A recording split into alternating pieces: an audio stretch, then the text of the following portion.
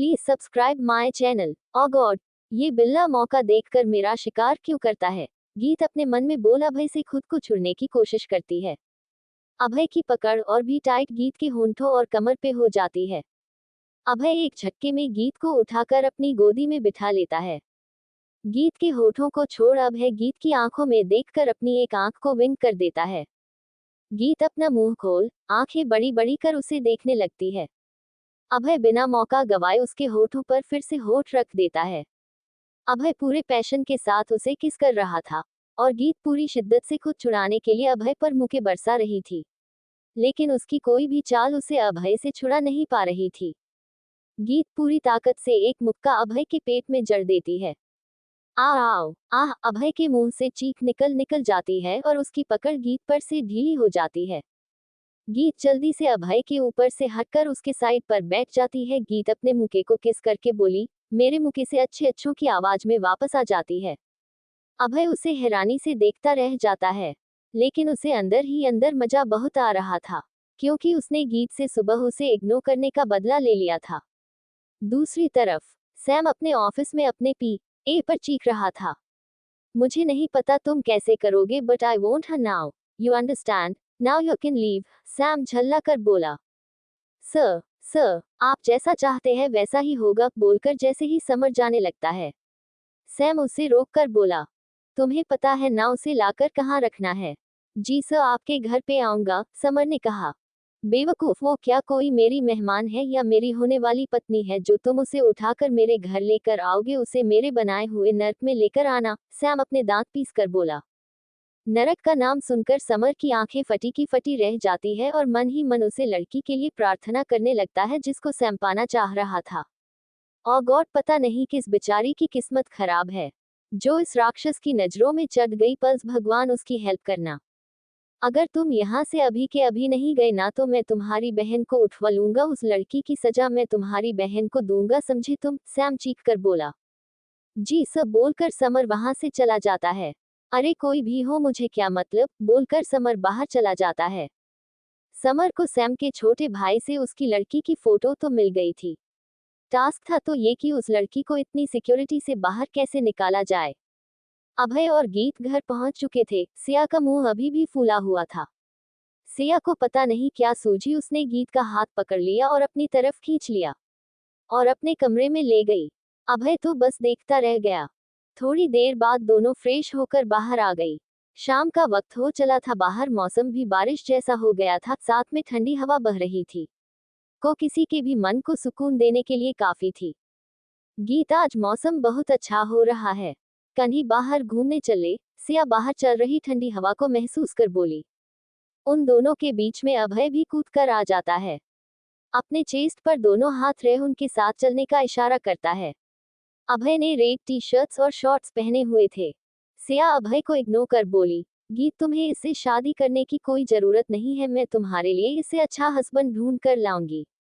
गीत सिया के गालों को चूम कर बोली, हाँ जो तू कहेगी वही करूंगी, तूने मुझे काले बिल्ले का शिकार होने से बचा लिया।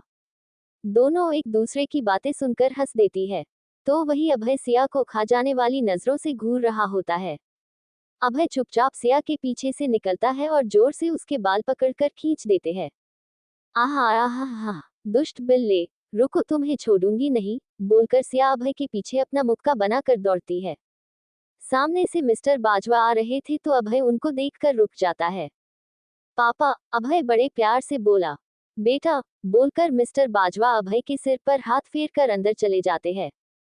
सिया भी अभय के पास पहुंचकर सबसे पहले अपने मुख्य को चूमती है, पूरी ताकत से अभय में मुक्का मार देती है।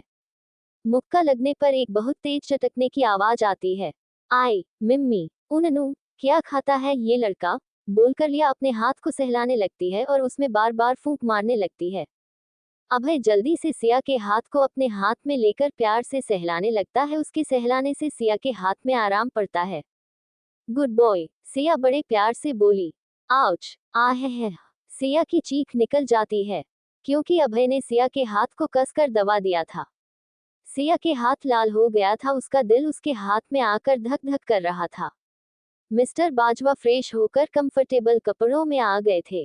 सिया दौड़कर उनके पास जाकर गले लग जाती है। पापा, इस लड़के ने मेरा हाथ मोड़ दिया, मेरे बाल भी खींचे और मेरे हाथ की हड्डी भी चटका दी। सुबक सुबक, सिया रोते हुए अभय की तरफ उंगली करके बोली। क्यों अभय, अपनी छोटी बहन को क्यों परेशान कर रहे हो? देखो उसका हाथ कितना लाल हो गया है। अब आप बड़े हो गए हो, जल्दी से सारी बोलो। मिस्टर बाजवा अभय को और नकली गुस्से से डांट लाकर बोले। मिस्टर बाजवा की डांट पड़ने ही अभय अपना सर नीचे कर लेता है और तिरछी नजरों से सिया को देखता है। सिया मिस्टर बाजवा के सीने से लगे हुए अभय को आंखें मटका कर दिखा रही थी और अपनी पतली सी जीभ बाहर निकाल कर अभय को चिढ़ाने लगती है। अभय अपनी आंखें सिकोड़कर सिया को देखता है। पापा, इसने सॉरी नहीं बोला अभी तक, सिया मासूम सा फेस बनाकर बोली। गीत सिया और अभय की नोक झोंक कमरे में कैद कर रही थी। इतनी प्यार भरी लड़ाई उसे फिर कब मिले कुछ नहीं पता था। अभय सिया के पास आकर अपने दोनों कान पकड़कर सॉरी बोल देता है, क्योंकि इन सब का बदला अभय बाद में लेने वाला था। गीत अपना जल्दी से मोबाइल रख सिया के पास जाकर बोली, अब घूमने नहीं चलना क्या? चल आज गोलगप्पे खाएंगे, बहुत टाइम हो गया कब से नहीं खाए। सिया मिस्टर बाजवा से दूर होकर बोली, पापा हम लोग बाहर घूमने जा रहे हैं, डिनर से पहले आ जाएंगे। सिया गीत का हाथ पकड़कर बाहर जाने लगती है तो मिस्टर बाजवा उसको रोकते हुए बोले, अभय को भी साथ ले जाओ। नहीं पापा, आज हम दोनों ही जाएंगे, हमें कबाब में हड्डी नहीं चाहिए, बोलकर सिया गीत साथ बाहर निकल जाती है। उनके बाहर जाते ही मिस्टर बाजवा अभय से उनके पीछे जाने का इशारा करते हैं। साथ ही दो बॉडीगार्ड से भी उनको कवर करने के लिए बोल देते हैं, क्योंकि मिस्टर भाजपा को अंदाजा हो गया था कि कुछ ना कुछ गलत होने वाला है, इसलिए वह अपने किसी भी बच्चे की सेफ्टी के लिए कोई रिस्क नहीं ले सकते थे। दूसरी तरफ विक्रम संघर्ष राजवंश के कमरे में जाकर उनको आज पूरे दिन में कॉलेज में क्या क्या हुआ था सारी बातें बताने लगता है। बातें बताते बताते उनके मन में एक बात ट्रिगर करती है, अभय को कैसे पता कि सैम ने कितने पैसे उनके कॉलेज इन्वेस्ट किए थे? कहीं वो हमारा अभय तो नहीं? विक्रम अपने मन में सोचने लगे। अभय ने कॉलेज का पूरा सिस्टम सेट किया था, तो विक्रम ने अभी तक चेंज नहीं किया था। अभय ने बस ट्राई किया और कॉलेज का पूरा डाटा उसके सामने ओपन हो गया।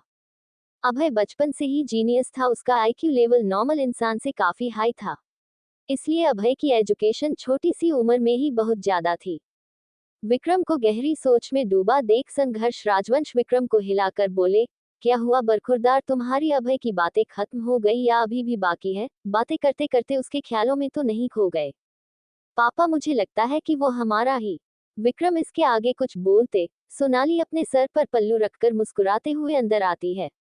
सोनाली संघर्ष राजवंश के पैर छूकर बोली, पिताजी हमें एक बहुत अच्छी मूवी का ऑफर आया है, अगर आप इजाजत दे तो हम उसमें काम करना चाहेंगे, अगर आपको पसंद नहीं होगा तो हम अभी के अभी मना कर देंगे। विक्रम सोनाली के चेहरे को हैरान होकर देख रहा था कि आज एक काली नागिन संत कैसे बन गई, एक डोज में इतना असर। विक्रम हैरान होकर अपने मन में सोच रहे थे। हाँ बेटा, आपको जरूर ये मूवी करनी चाहिए, आपके लिए कभी कोई रोक टोक नहीं है, आप हमारी बहू काम बेटी ज्यादा है। संघर्ष राजवंश सोनाली के सर पर हाथ रखकर बोले।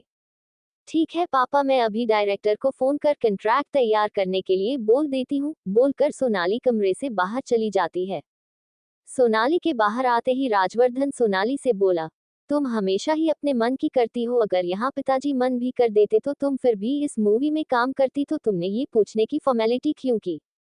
वह इसलिए क्योंकि मुझे उस आदमी की नजरों में अपनी इमेज बहुत अच्छी बनानी है, ताकि उसे मुझ पर अंधा विश्वास हो जाए और मैं जो बोलूं वह करे, बोलकर सोनाली अपनी चाल की बड़ी हंसी हंस देती है।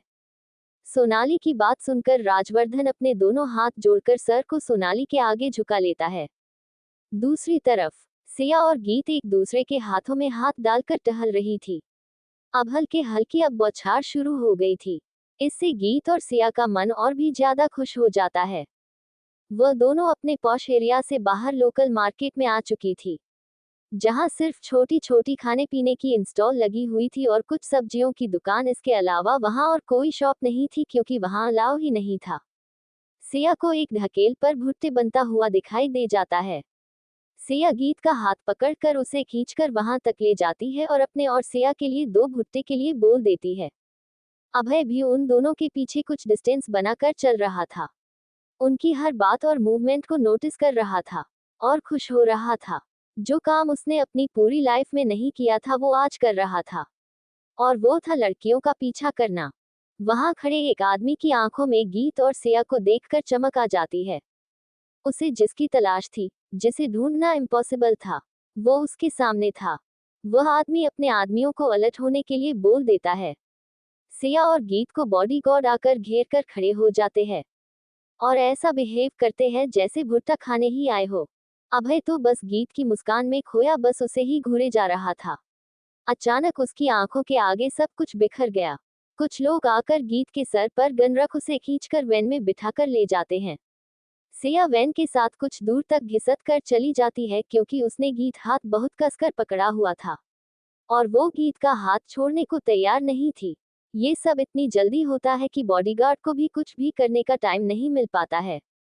To be continue. क्या होगा कल जब अभय को देगा गीत को या बचाने के लिए पहुंच जाएगा नरक तक।